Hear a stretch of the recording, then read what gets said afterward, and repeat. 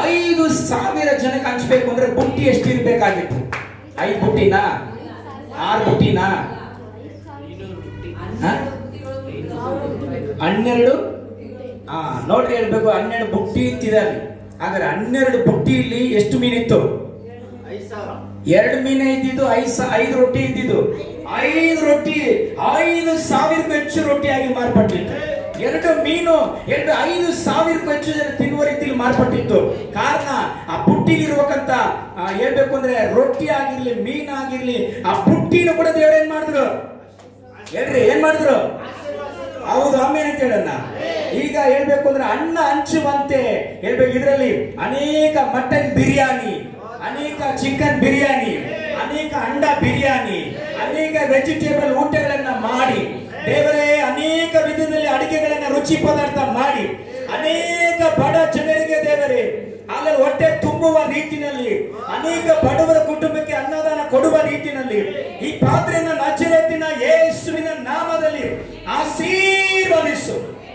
Bless this place.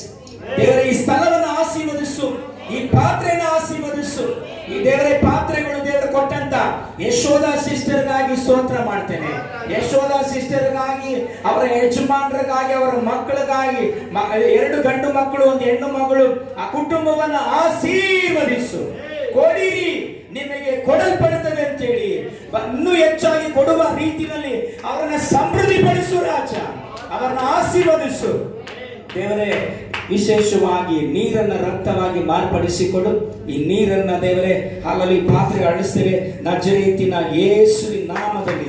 ಕಾಬಾರಿ ಶಂಗಾರಿ ಕಾಬಾರಿ ಎಲ್ಲ ದೇವರ ವಿಧವಾದ ಆಶೀರ್ವಾದಗಳು ಉಂಟಾಗಲಿ ಯೇಸುವಿನ ನಾಮದಲ್ಲಿ ತಂದೆ. ಆಮೇಲೆ ಅಂತ ಹೇಳೋಣ. ನೀರ್ ಹಾಕ್ರಿ, ಆ ಮಗು ನೀರ್ ಹಾಕ.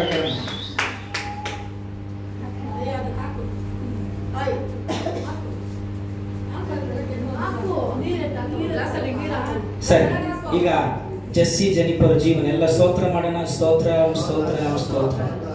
ಪರಲೋಕ ತಂದೆ, ಪ್ರೀತಿಯುಳ್ಳ ದೇವರೇ, ಯೇಸು ಜೀವಿಸುತ್ತಾರೆ ಸೇವೆಯನ್ನ ನೀನು ಪ್ರೀತಿ ಮಾಡ್ತಿದ್ಯಾ.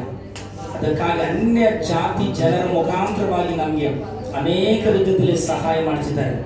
ಅನ್ಯ ಜಾತಿ ಜನರಾಗಿದ್ರು ಅವರನ್ನು ಪ್ರೀತಿಸುವ ದೇವರು, ಅವರನ್ನು ಆಶೀರ್ವದಿಸು. ನಮ್ಮ ಚರ್ಚಲ್ಲಿರುವಕ್ಕಂಥ ಎಲ್ಲರನ್ನೂ ಕೂಡ ಇನ್ನೂ ಹೆಚ್ಚಾಗಿ ಆಶೀರ್ವದಿಸು. ಎಲ್ಲ ಮಹಿಮೆ ನಿನಗೆ ಮಾತ್ರ ಸಲ್ಲಲಿ ಯೇಸುವಿನ ನಾಮದಲ್ಲಿ ತಂದೆ. ಆಮೆನ್. God bless you.